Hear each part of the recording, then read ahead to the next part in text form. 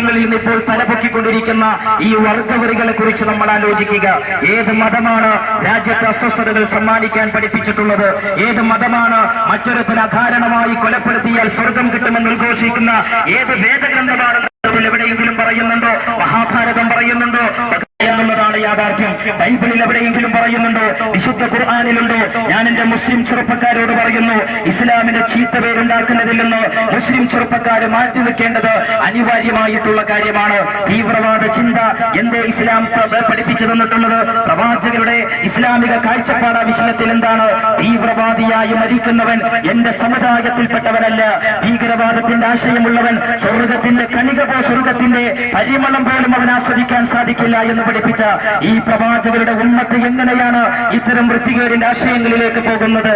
മുസ്ലിം ചെറുപ്പക്കാരെ പടച്ചതമ്പുരാൻ സ്വർഗമാർക്കാണ് സംവിധാനിച്ചിരിക്കുന്നത് എന്ന് ഖുർആനിൽ ഒരിടത്ത് പറയുന്നുണ്ട്.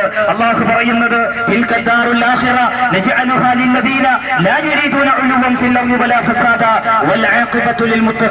അതേ സ്വർഗമാർക്കാണെന്നാണ് ഖുർആൻ പറയുന്നത്.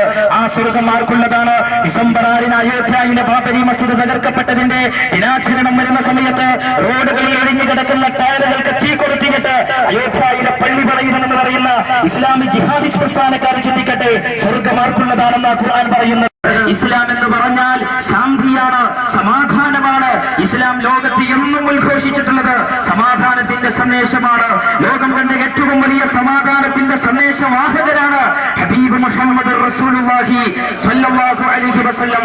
ആ അല്ലാഹുവിന്റെ ഹബീബിന്റെ മഹത്തായ സന്ദേശങ്ങൾ ലോകത്ത് പ്രചരിപ്പിക്കുന്നതിനാണ് ഇത്തരം മാസങ്ങൾ മുസ്ലിമീങ്ങൾ ഉപയോഗപ്പെടുത്തിക്കൊണ്ടിരിക്കുന്നത്. ഒരു കാര്യം ഞാൻ കടന്നുകൊണ്ട് തന്നെ പറയാൻ ആഗ്രഹിക്കുകയാണ്. ഇത്തരം ആഘോഷങ്ങളെയും ഇത്തരം സംരംഭങ്ങളെയും ഇത്തരം സംവിധാനങ്ങളെയും വളരെ മോശമായ രീതിയിൽ അനിസ്ലാമികമാണെന്ന് പോലും മാലോകർക്ക് പരിചയമില്ലാത്ത, പൂർവ്വകാലത്ത് ഒരൊറ്റ പണ്ഡിതനും പരിചയമില്ലാത്ത ഏത് ഭാഷയാണോ അനിസ്ലാമികമെന്ന് കടമെടുത്ത് ആരെ തൃപ്തിപ്പെടുത്താനാണ് ഇത് പറഞ്ഞുകൊണ്ടിരിക്കുന്നത്? 1940 ശേഷം ഇന്ത്യയിൽ കടന്നു വന്ന ജമാഅത്തെ ഇസ്ലാമി എന്ന് പറയുന്ന പ്രസ്ഥാനം നിഷേധിക്കാനാകുമോ? ജമാഅത്തുകാര ഈ കൊച്ചു കേരളത്തിൽ നിങ്ങൾ നബിദിനം ആഘോഷിച്ചിട്ടില്ലേ? സലഫികൾ ദീർഘകാലം ആഘോഷിച്ചവരല്ലേ? ആഘോഷിക്കേണ്ടതാണെന്നും ഇത്തരം ഒരു ദിവസം വരുമ്പോ എങ്ങനെ മുസ്ലിമീങ്ങൾക്ക് മാറി നിൽക്കാൻ സാധിക്കുമെന്നും ചോദിച്ച മുജാഹിദ് പ്രസ്ഥാനത്തിന്റെ കഠിന നേതാക്കളെ ആശയങ്ങളെ ചവറ്റുകൊട്ടയിലേക്ക് എറിഞ്ഞ് ഇപ്പോഴത്തെ പുതിയ താരങ്ങൾ എവിടുന്നാണ് ഒരു അനിസ്ലാമികത്തിന്റെ വാദവുമായി കടന്നു വരുന്നത്? നമ്മൾ ആലോചിക്കണം. ഞാൻ ഒന്നേ പറയുന്നുള്ളൂ, ഈ ആഘോഷങ്ങൾക്ക് അല്ലെങ്കിൽ മഹാത്മാക്കളുടെ പ്രകീർത്തനങ്ങൾക്ക് വിരുദ്ധമായ നിലപാട് സ്വീകരിച്ചത് ഇന്ത്യ രാജ്യത്ത് ആദ്യമായിട്ട് ബ്രിട്ടീഷുകാരാണ്. എന്റെ പ്രിയപ്പെട്ടവരെ, 1896 സ്വാതന്ത്ര്യ സമരത്തിന്റെ ഭാഗമായി നടന്നിട്ടുള്ള മഞ്ചേരിയിലെ കാർഷിക കലാപം ചരിത്രബോധമുള്ള ആർക്കും നിഷേധിക്കാൻ കഴിയുന്ന ഒരു കാര്യമല്ല. 1896 സ്വാതന്ത്ര്യ സമരത്തിന്റെ ഭാഗമായിട്ട് മാപ്പിള സഖാക്കൾ വെള്ളക്കാരായ വെള്ളപ്പട്ടാളത്തോട് പൊരുതി 100ഓളം രക്തസാക്ഷികളാണ് ഈ രാജ്യത്തിന്റെ മണ്ണിന് വേണ്ടി പിടഞ്ഞു വീണ് മരിച്ചത് മലപ്പുറത്തിന്റെ മഞ്ചേരിയുടെ മണ്ണില്. ആ മഞ്ചേരിയില് 94 മുസ്ലിമീങ്ങൾ രക്തസാക്ഷികളായി എന്ന് ചരിത്രം പറയുന്നു. ആ 94 60 പേരുടെ കയ്യില് രക്തസാക്ഷികളായി കിടക്കുന്ന മുസ്ലിമീങ്ങളുടെ കയ്യിലുണ്ടായിരുന്നത് ഒരു പുസ്തകമായിരുന്നില്ലേ? ഏതാണ് പുസ്തകം? സലഫി. ഏതാണ് പുസ്തകം? മൗദൂദി. ആ മരിച്ചു കിടക്കുന്ന 60 മുസ്ലിം രക്തസാക്ഷികളുടെ കയ്യിലുണ്ടായിരുന്ന പുസ്തകം അത് ഖുർആനിന്റെ കോപ്പിയായിരുന്നില്ല, ഹദീസുകളുടെ ഗ്രന്ഥങ്ങളുടെ കോപ്പിയായിരുന്നില്ല. അവരെ പരിശോധിച്ച സമയത്ത് ആ മുറുകെ പിടിച്ചിരിക്കുന്ന ഗ്രന്ഥം ഏതാണെന്നറിയുമോ? ബദരീങ്ങളെ കുറിച്ചുള്ള മഹത്തായ കാവ്യങ്ങൾ അടങ്ങിയ പുസ്തകമായിരുന്നു. അതേ ബ്രിട്ടീഷുകാർ മനസ്സിലാക്കിയത് സർവായുധത്തോടുകൂടി നിരായുധരായ മാപ്പിളമാരെ നമുക്ക് നേരിടാൻ സാധിക്കാതെ വരുന്നത്, അവർക്ക് ഉത്തേജനം നൽകുന്നത്, അവർക്ക് ആർജവം നൽകുന്നത്, അവർക്ക് ഊർജം പകരുന്നത് മഹാത്മാക്കളുടെ പ്രകീർത്തന കാവ്യങ്ങളാണ് എന്ന് ബ്രിട്ടീഷുകാരെന്ന് മനസ്സിലാക്കിയത് കൊണ്ടാണ് ഇതിനെതിരെ മഹാത്മാക്കളെ പ്രകീർത്തിക്കുന്ന ഒരു പ്രവണത മുസ്ലിം സമുദായത്തിൽ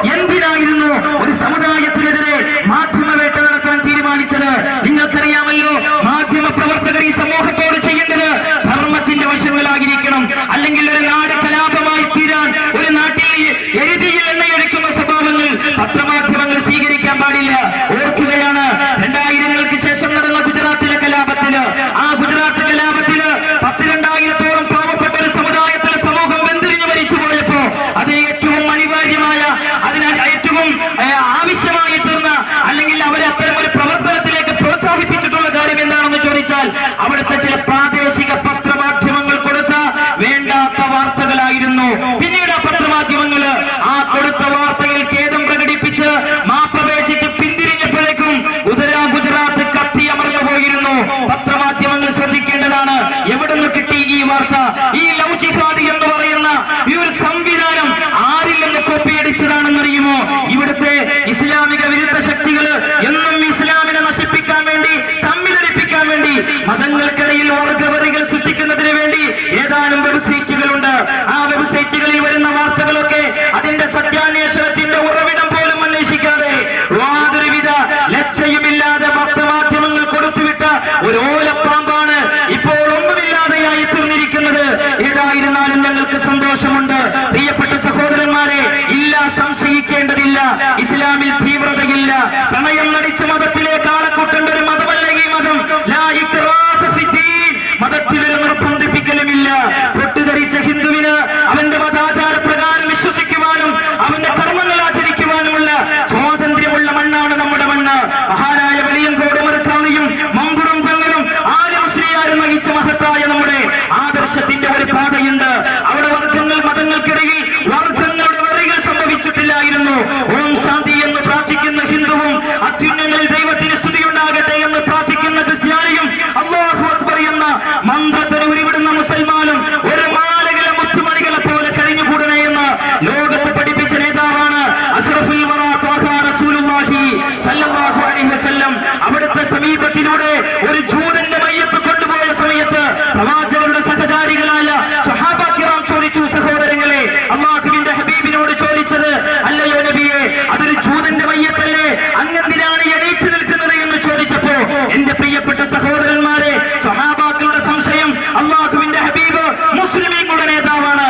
ആ നേതാവ് എന്തിനാണ് അന്യമതത്തിൽപ്പെട്ട ഒരു ജൂതന്റെ മയ്യത്ത് അതുവഴി കൊണ്ടുപോയപ്പോ ആദരവോടെ എണീറ്റിരുന്നത് എന്ന് സ്വഹാബാ കിറാം സംശയത്തോടെ ചോദിച്ചപ്പോ തന്റെ അനുയായികളെ പഠിപ്പിക്കുന്നത് മതത്തിന്റെ വേലിക്കെട്ടുകൾക്കപ്പുറത്തേക്ക് മനുഷ്യന്റെ മനസ്സ് വിശാലമായി തീരാൻ അല്ലാഹുവിന്റെ ഹബീബ് അന്നുണർത്തി കൊടുത്ത കാര്യമാണ്.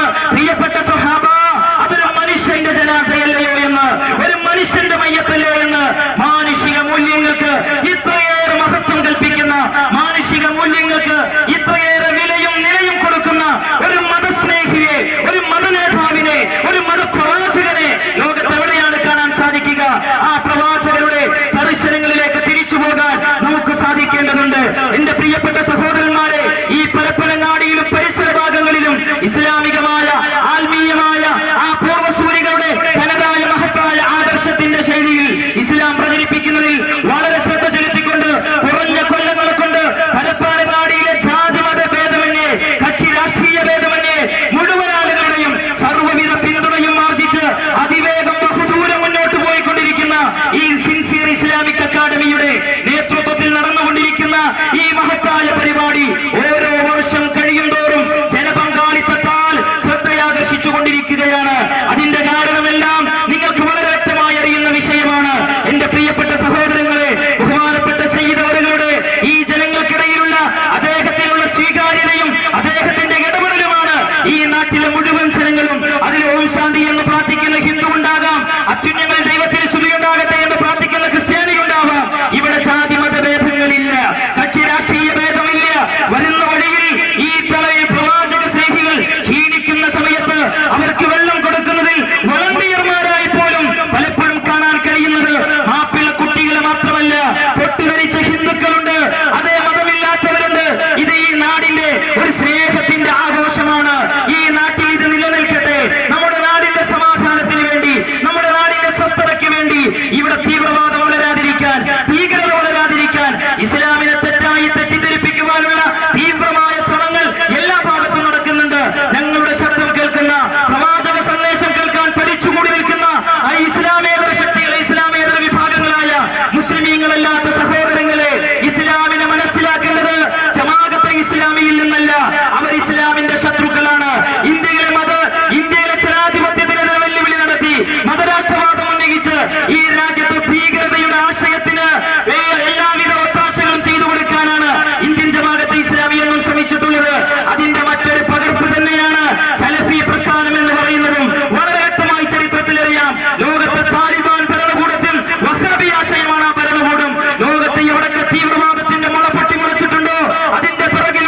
ഇസ്ലാമികമായ തിയറി അന്വേഷിച്ചു തന്നാൽ സുന്നി തിയറി അതിന്റെ പിറകിലില്ല എന്നുള്ളത് ആർക്കാണ് അറിഞ്ഞുകൂടാത്തത്?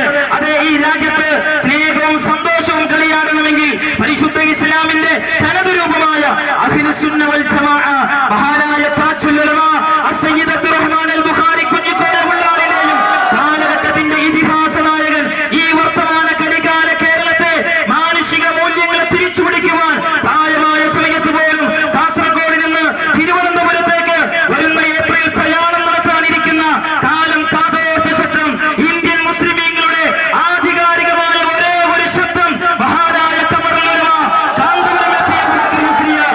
ഈ മഹത്തായ നേതൃത്വം, ഈ മഹത്തായ പ്രസ്ഥാനം, ഈ പ്രസ്ഥാനത്തിന്റെ കീഴിലുള്ള ലക്ഷക്കണക്കിന് വരുന്ന പ്രവർത്തകർ, എന്റെ പ്രിയപ്പെട്ടവരെ, എന്തുകൊണ്ടാണ് ഒരു സുന്നി പ്രവർത്തകന്റെ വീട് ഇന്നോളം റെയ്ഡ് ചെയ്യാതെ പോകുന്നത്? എന്തുകൊണ്ടാണ് ഇവിടുത്തെ പോലീസ് ഉദ്യോഗസ്ഥന്മാർക്കറിയാം? നമ്മുടെ രാജ്യത്ത് ഇന്ന് നിൽക്കുന്ന പോലീസ് ഉദ്യോഗസ്ഥന്മാരോട് ചോദിക്കൂ, എല്ലാവർക്കും ഒരേ സ്വരത്തിൽ പറയാനുള്ളത് ഈ പ്രസ്ഥാനത്തിന്റെ നന്മകൾ മാത്രമാണ്. ഈ നന്മകൾ സമ്മാനിക്കുവാൻ നമുക്ക് പ്രചോദനമായിട്ടുള്ളത് ഹബീബിന്റെ മഹത്തായ ദർശനങ്ങളാണ്. ആമായ അല്ലാഹുവിന്റെ ഹബീബിൽ നിന്ന് പരിശുദ്ധ ഇസ്ലാമിനെ വേണ്ടതുപോലെ